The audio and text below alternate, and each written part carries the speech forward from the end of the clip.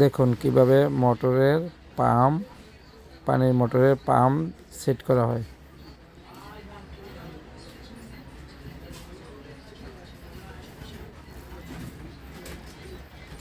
বরাবর করে বসিয়ে নিয়ে নাটগুলো ঢুকাইতে হবে, তারপরে টায়ার দিতে হবে।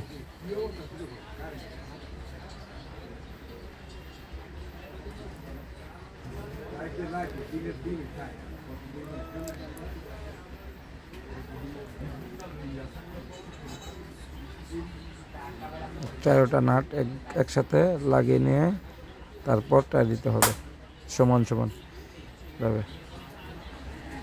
ভালোভাবে টায়ার দিয়ে নিলে আর লিক করার সম্ভাবনা নাই।